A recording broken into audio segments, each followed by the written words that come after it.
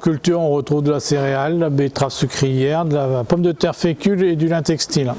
Et en élevage, c'est un élevage d'un atelier de vaches blondes d'Aquitaine. On assure 70 naissances environ par an et nous engraissons tous les mâles et femelles. L'issue, c'est l'abattage, la production de viande. Et parallèlement à ça, je suis président de la coopérative Calypso. Nous assurons donc l'achat et la commercialisation des céréales et oléoprotéagineux de nos adhérents et nous assurons l'approvisionnement des matières fertilisant les cultures ainsi que les produits de la santé du végétal. Et parallèlement à ça, nous assurons aussi l'approvisionnement en aliments du bétail, à la fois sur les matières premières, soja, pulpe sèche, de même que les aliments composés.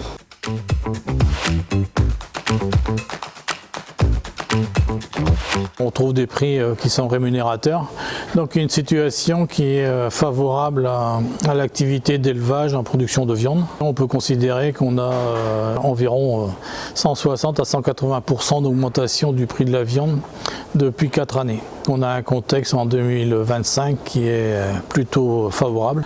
Aujourd'hui pour 2026, ça s'annonce tout aussi bien. À part peut-être le Mercosur, mais attendons de quoi il en adviendra.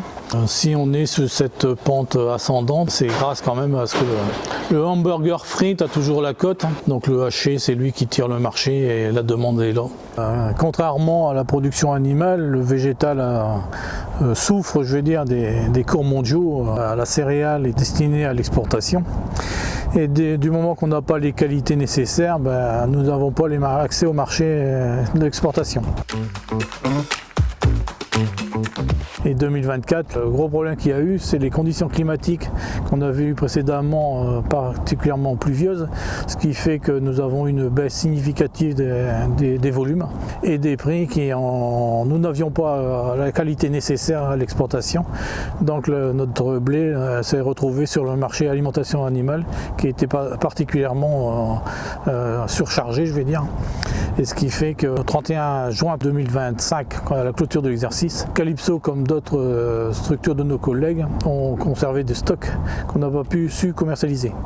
Tout le contraire à 2025 où la qualité était là et qu'on peut exporter. Donc tout ça, ça a des incidences, d'une part par rapport aux producteurs. Parce que quand les exploitants sont en bonne santé financière, la coopérative est en parfaite santé financière. Là, comme c'était un peu plus délicat chez les exploitants, bien entendu, la coopérative, on a eu les conséquences. Et ça se traduit comment? Ça se traduit par des problèmes de trésorerie chez les exploitants.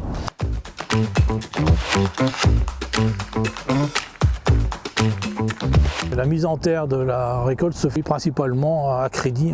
On va chercher du financement court terme pour assurer jusqu'à la prochaine récolte. Toute la problématique, c'est les accompagnements qu'on peut mettre en place pour passer cette période.